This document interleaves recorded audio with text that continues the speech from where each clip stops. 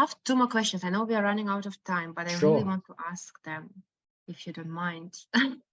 Yeah. One very interesting question that I'm kind of also wondering about in my research is the memory, actually. And because there is research, right, that, for instance, smell can elicit deep memories, right? It's very powerful sense in eliciting deep childhood memories.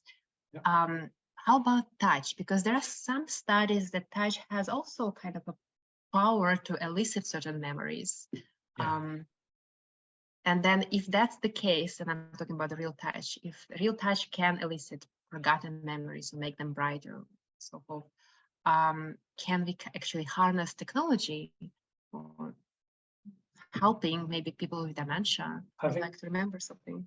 Yeah, I think this is really important. I mean, for me, I think there's a strong link between the senses and memory, right? And I think you see that you've seen it in a variety of care homes now, where they build these kind of what we might call nostalgia rooms, where they've got like the sounds and the music playing of an old time, an older period, and suddenly the patients, who maybe are often quite quiet and reserved, might come to life and might start sharing. They have these kind of triggers for memory that come back from that context.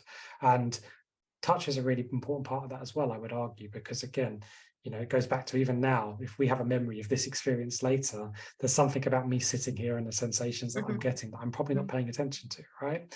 And we do know that from research that, you know, if you just get people to hold objects, even for 10 seconds, and you don't tell them anything about a memory test, but you just get them to hold them blindfolded sometimes or whatever, you know, there's different varieties of this.